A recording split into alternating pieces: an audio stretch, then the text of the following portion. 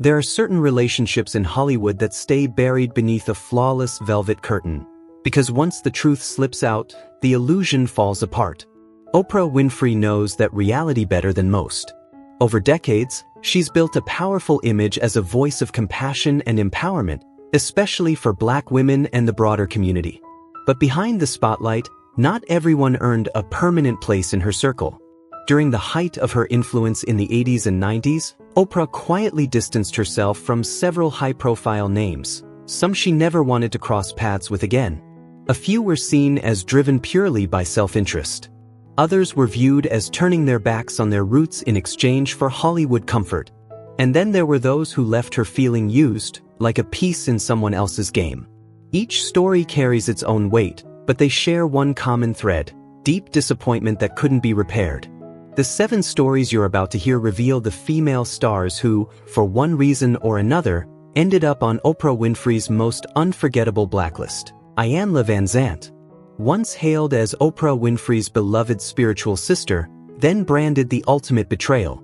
A best-selling author and magnetic motivational voice, Iyanla rose fast as a guiding light for millions searching for healing and purpose. Her presence on The Oprah Winfrey Show in the late 90s felt almost sacred. By March 1998, she appeared so frequently that audiences began to see her as an extension of Oprah's own mission. Oprah introduced her with deep admiration, praising her rare ability to touch broken hearts with nothing but words. Behind the scenes, excitement buzzed nonstop, because Oprah wasn't just showcasing Iyanla, she was quietly building a future for her, envisioning her as a major voice within Harpo's growing media empire. Time, trust, and reputation were invested like family inheritance. But when an opportunity from Barbara Walters arrived, Iyanla made a sudden decision to launch her own show independently. She said she felt spiritually compelled to act immediately. To Oprah, the move felt like a stunning betrayal. No warning, no discussion, no acknowledgement of the years of support that helped build Iyanla's platform. What Iyanla saw as destiny, Oprah saw as disloyalty. The fallout was immediate and brutal. Communication ended. Doors that once opened effortlessly slammed shut overnight. Without Oprah's backing, projects disappeared, finances wavered, and Iyanla faced a long stretch of quiet personal and professional struggle. By 2000, a wave of devastating personal losses, including a painful divorce, financial collapse, and the tragic death of her daughter, deepened the distance between them. Oprah, aware of her hardships through mutual circles, remained silent, offering no public comfort or private outreach. Alone, Iyanla fought through grief and instability, stripped of the protective network that once surrounded her. Years passed, and resentment lingered like an old wound. Oprah reportedly confided privately that she no longer trusted Iyanla's character, though she never spoke those words publicly. More than a decade later, on February 16, 2011, the two women reunited on television in a highly anticipated reconciliation. Viewers hoped for warmth, but tension filled the air from the first moment. Tears fell, not only from regret but from memories of deep hurt and unresolved conflict. Oprah admitted she once felt judged and lectured by Iyanla, as if her own life journey had been dismissed. While the on-air reconciliation appeared graceful and composed, insiders sensed that emotional distance remained. Oprah offered forgiveness publicly, yet their bond never returned to its former closeness. Iyanla was no longer the trusted inner-circle advisor, and the sisterhood that once defined them faded into something polite but distant, like a scar that no longer aches sharply but never fully disappears.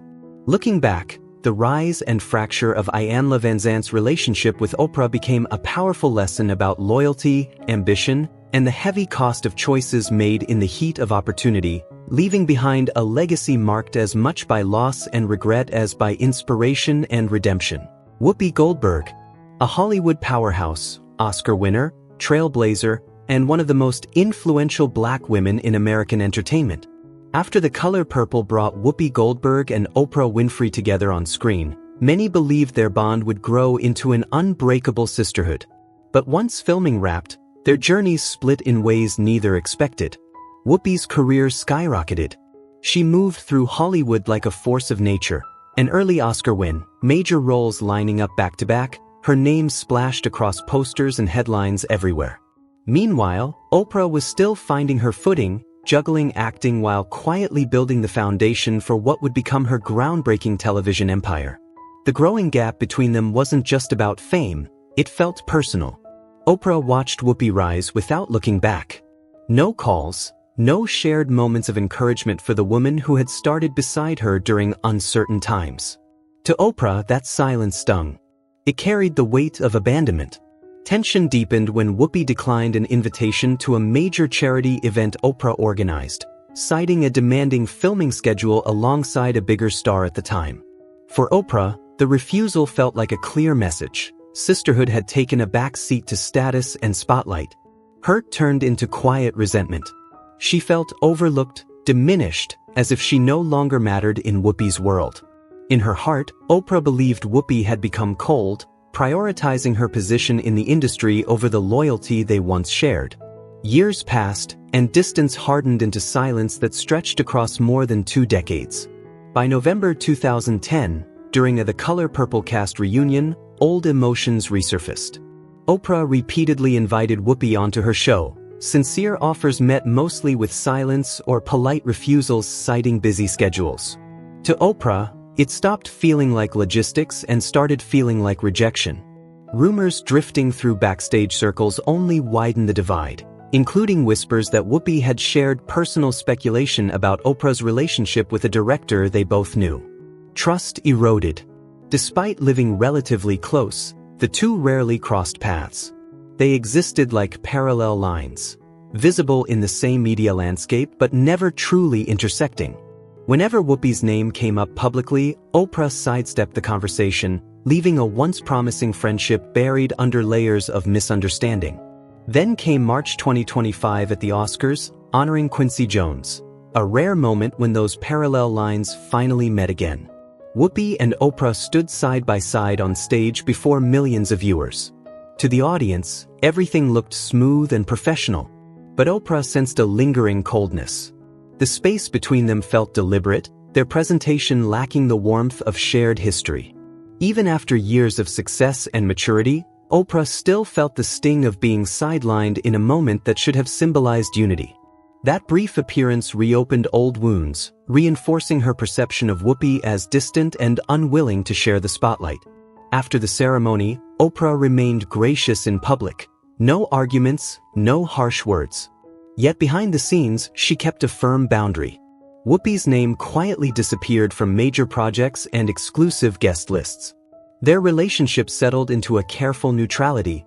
No open conflict, but no genuine closeness either. Few could have imagined that two women who once shone together so brightly would end up so far apart. Perhaps some fractures cut too deep, and once the feeling of being undervalued takes root, even time can struggle to heal what was lost. Diane Carroll, a pioneering icon, elegant, trailblazing, and fiercely independent, helped reshape how Black women were seen on American television. With historic roles and a decades-long career defined by grace and resilience, she broke racial barriers while commanding deep respect across the industry. Yet behind the admiration, a quiet tension slowly formed between Carroll and Oprah Winfrey, not a loud, headline-grabbing feud, but something heavier and more complicated, like a stone resting beneath the surface of a river, growing weight over time. The friction became most visible on June 16, 2013, when Carroll appeared on Oprah's Masterclass.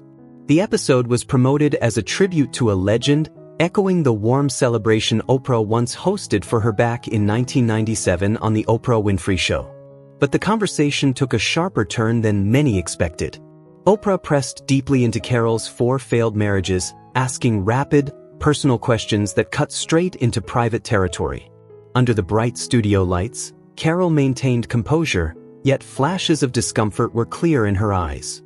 To Oprah, Carroll's love life represented a pattern of choices she believed were questionable role models for young Black women. Knowing the public stories behind the marriages, affairs, lavish spending, emotional turmoil, Oprah approached the topic with unusual bluntness. When Carroll hesitated to go deeper, the rhythm of the interview faltered, and a quiet frustration seemed to settle in. In Oprah's eyes, Carol became less the untouchable icon and more a guest unwilling to fully surrender her personal narrative for the sake of the show. After the episode aired, Carol rarely appeared on Oprah's platforms again. Their relationship remained polite, but distant. Carol reportedly felt the probing questions left a bitter aftertaste, while Oprah was disappointed by what she saw as a guarded and incomplete interview. Yet the tension had begun years earlier.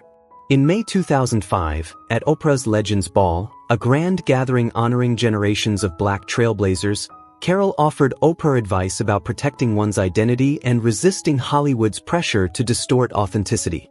Carol likely intended it as seasoned guidance from a veteran to a successor, but Oprah, then at the peak of her influence, reportedly interpreted the comments as condescending. Throughout the event, Oprah maintained a cool distance. No public argument, just polite smiles and an unmistakable emotional gap. From that moment, a subtle divide lingered.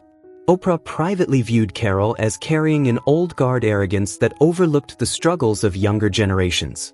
Carol, accustomed to deep respect from peers and protégés alike, reportedly felt dismissed and unwelcome at an event meant to celebrate her legacy.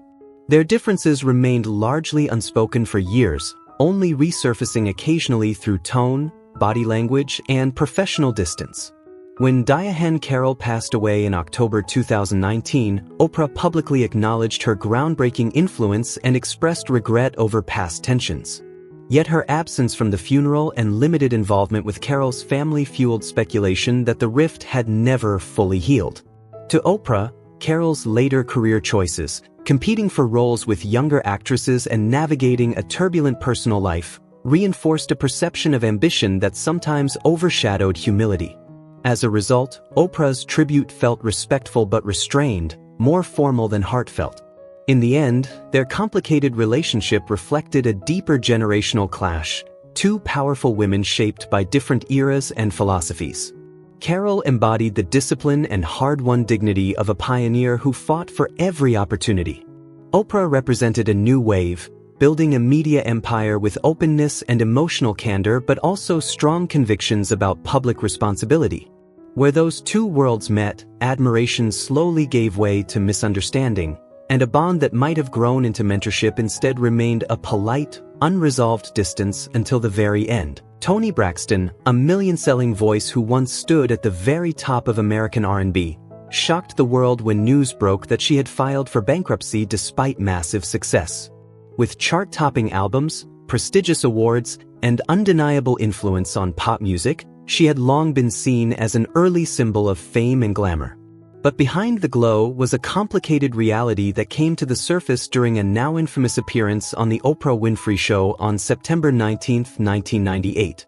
The studio fell into an uneasy silence as Toni spoke about financial collapse while her records were still flying off shelves. Oprah had prepared carefully, hoping the interview would become a powerful lesson about the music industry and financial awareness, and even help Toni reshape her public image during a difficult moment. Things took a sharp turn when Toni casually mentioned an expensive Gucci dinnerware purchase. What seemed like an offhand story hit the room like a spark in a barrel of oil. Oprah reacted strongly, contrasting Toni's spending habits with her own well-known discipline and frugality. To Oprah, discussing luxury while drowning in debt felt not only reckless but disrespectful to viewers struggling to make ends meet. The atmosphere shifted instantly. Oprah's questions grew sharper, her tone heavier with criticism. Toni sat frozen under the bright lights, feeling exposed before millions. By the end of the interview, the emotional tension lingered in the air. Toni left feeling humiliated, while Oprah walked away with a lasting impression of a talented but misguided star. In the years that followed, Toni's public image changed as criticism intensified, often echoing Oprah's earlier concerns. Career opportunities became harder to secure. When Toni later revisited the incident during a 2010 to 2012 Behind the Music special, she suggested the 1998 interview had negatively shaped her career path, a comment that reignited debate. Oprah reportedly viewed Toni's perspective as a refusal to take responsibility for her own financial decisions, deepening the distance between them. Though Toni had once admired Oprah as an idol, her name quietly disappeared from Oprah's guest list, and invitations never returned. A small window of reconciliation seemed to open on April 10, 2014, when Tony joined the OWN-produced film My Name Is Love. On paper, it looked like a step toward healing. Behind the scenes, however, their interactions remained distant. Oprah was polite, impeccably so, yet their connection felt formal, almost like strangers sharing a workspace. Tony entered the project hoping to rebuild trust, but an invisible boundary lingered between them. Conversations were brief, eye contact fleeting. What once might have been mentorship had faded into quiet professionalism, leaving Tony on the outside of a world that once felt within reach, while unspoken tension hung in the space between two powerful women whose paths had forever changed after one unforgettable interview. Once hailed as a fearless comedy queen and Oscar-winning powerhouse, Monique stood at the peak of Hollywood glory, bold, unapologetic, and known for a razor-sharp wit that could shake any room. But behind the applause grew a storm that would fracture one of the industry's most influential relationships. In late 2009, as the intense award season campaign for Precious reached its boiling point, tensions simmered backstage. The film carried a heavy social message and was co-produced by Oprah Winfrey, a symbol of unity and uplift within the Black community. Monique was the emotional core of the story, the face audiences connected with most. Yet when asked to participate in unpaid promotional appearances, she declined, citing her packed schedule and a long-planned comedy tour. To Oprah, that choice felt deeper than a simple work conflict. It appeared selfish, as if personal gain had been placed above collective effort.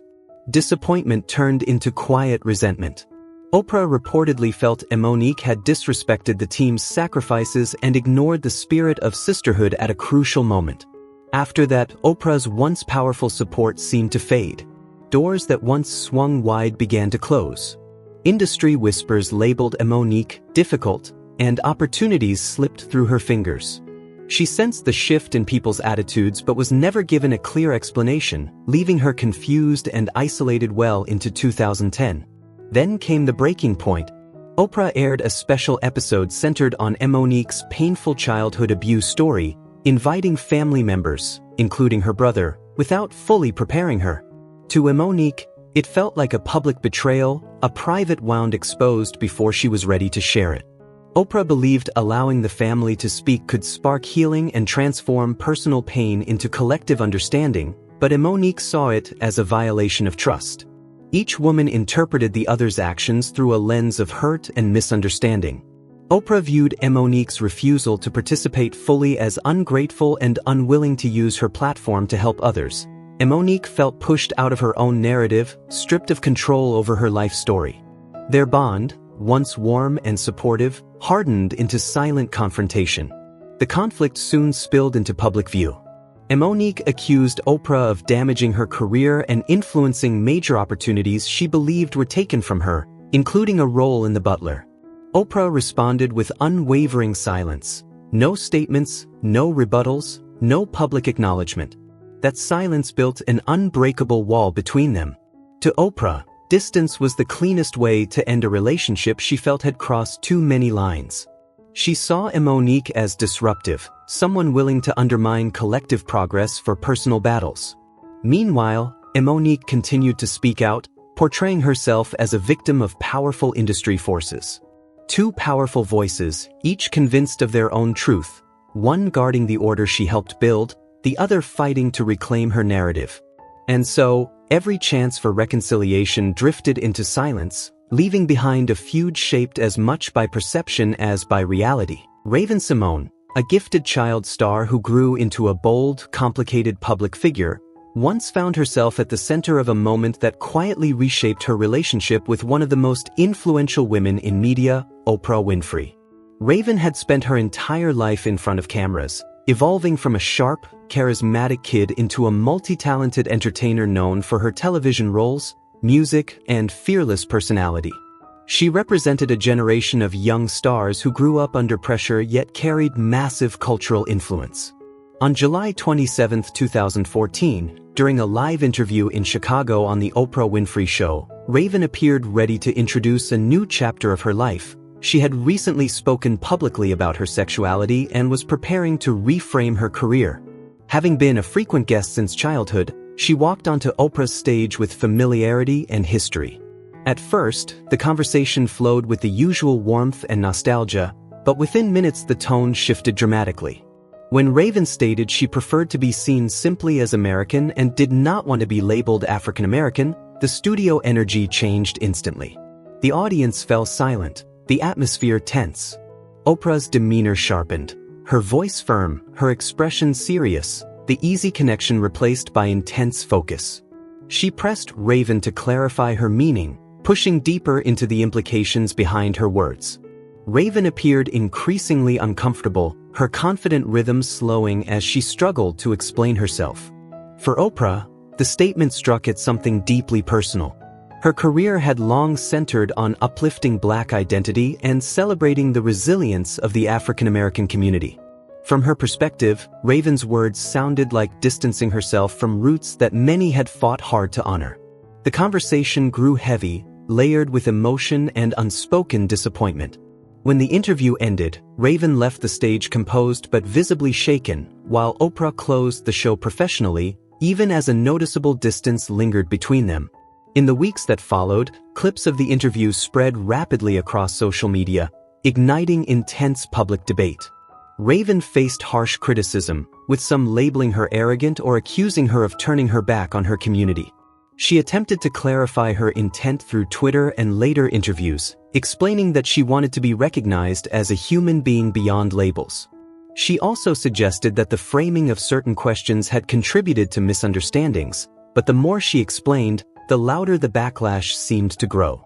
Throughout the controversy, Oprah remained publicly silent, a silence many interpreted as a clear statement in itself. She did not defend Raven nor mention her when discussing emerging Black voices in entertainment. To some observers, that absence suggested a deep sense of disappointment. The once frequent collaborations between them faded, and Raven no longer appeared as the familiar guest audiences remembered from her younger years. Over time, the interview became a recurring flashpoint whenever conversations about identity resurfaced online. Meanwhile, Oprah continued speaking broadly about culture and community without referencing Raven directly, even though she had once been a prominent example of young Black success stories. Nearly a decade later, in April 2024, Raven revisited the experience on her podcast, reflecting on how the interview had shifted away from its original focus on her personal life and become a defining controversy. She described feeling unprepared for the direction the conversation took and said she had struggled with the intense reaction that followed. Oprah, however, did not respond publicly, maintaining the same distance she had kept for years. Industry observers noted that their paths rarely crossed afterward. Raven was largely absent from Oprah-related events and productions, and the two almost never appeared together again. The conflict never erupted into loud public feuds, yet its quiet aftermath left a lasting impression on audiences who had watched both women grow over decades. What remained was not just a single controversial moment, but a complicated story about identity, public perception, generational expectations, and how one live conversation reshaped a relationship once built on mentorship, familiarity, and mutual respect. Taraji P. Henson, once celebrated as a symbol of resilience, suddenly found herself at the center of controversy, with headlines suggesting she had crossed an unspoken line involving Oprah Winfrey. A powerhouse performer with award-winning roles across film and television, Taraji built a legacy as a bold voice for strong Black women who refused to stay silent. But on December 19, 2023, during an emotional SiriusXM interview with Angie Martinez, her public image took a sharp turn. Fighting back tears, Taraji opened up about feeling undervalued financially, revealing that despite being a leading force in the Color Purple remake, a project closely tied to Oprah's name, she believed her salary didn't reflect her worth. She never mentioned Oprah directly, yet the public quickly connected the dots. Social media erupted, speculation spread, and the spotlight turned toward Oprah, the production team, and the film's inner circle. At first, Oprah remained silent, hoping the storm would pass, but the silence only fueled more rumors. As the controversy intensified, her representatives eventually responded, emphasizing that internal industry matters had been pulled into a public spectacle. To Oprah, it wasn't just about contracts or paychecks. It was about loyalty, professionalism and protecting the collaborative spirit behind a major cultural project. She reportedly felt that a private conversation had become a public controversy, one that risked overshadowing years of dedication and hard work. Yet signs of tension had appeared even earlier. Just days before December 12th, at a glamorous New York premiere atop the Empire State Building, cameras captured a noticeably strained dynamic between the two stars. Standing side by side under flashing lights, their smiles appeared forced. Taraji seemed uneasy, while Oprah remained composed, almost distant. Observers sensed the warmth they once shared had cooled long before the interview. Taraji later explained that her expression reflected exhaustion and the freezing weather, but insiders suggested deeper issues were already simmering. For Oprah, who had invested deeply in The Color Purple not only as a film but as a cultural statement, the timing of Taraji's public distress during a promotional campaign felt like a blow to the entire team's effort. From that moment forward, their interactions reportedly became polite but distant, professional on the surface, tense behind closed doors. As January 2024 arrived, unresolved feelings lingered. When Taraji accepted an award at the Golden Globes, a moment meant to celebrate achievement, the conversation around her salary resurfaced, forcing Oprah to publicly deny any personal feud. Privately, Oprah reportedly reached out, even stepping in to help negotiate better financial terms, hoping to restore trust and move forward. Still, Taraji continued to speak out about inequality in Hollywood, framing her experience as part of a larger fight for fairness and representation. Supporters praised her courage, while critics argued the ongoing public debate reopened wounds that were still healing. From Oprah's perspective, repeated public statements felt less like advocacy and more like prolonging controversy despite attempts at reconciliation. Industry whispers began to label Taraji as difficult to work with, and some projects quietly shifted direction. Publicly, Oprah maintained grace and professionalism, continuing to acknowledge Taraji's talent when asked, yet insiders suggested the door to future collaboration had quietly narrowed. And that brings us to one of the many complicated stories surrounding Oprah Winfrey and the powerful figures who have crossed her path. Some relationships once seemed unbreakable but unraveled through misunderstandings, public statements, and the intense pressure of fame. These stories aren't about choosing sides or deciding who was right or wrong. They're glimpses into the fragile balance between power, reputation, and personal truth behind Hollywood's glittering curtain. Now it's your turn. What's your perspective on these high-profile conflicts? Share your thoughts in the comments below. And if you're curious about the real dynamics operating behind celebrity headlines, make sure to subscribe and turn on notifications, because the next story might reveal an even deeper layer of the entertainment world.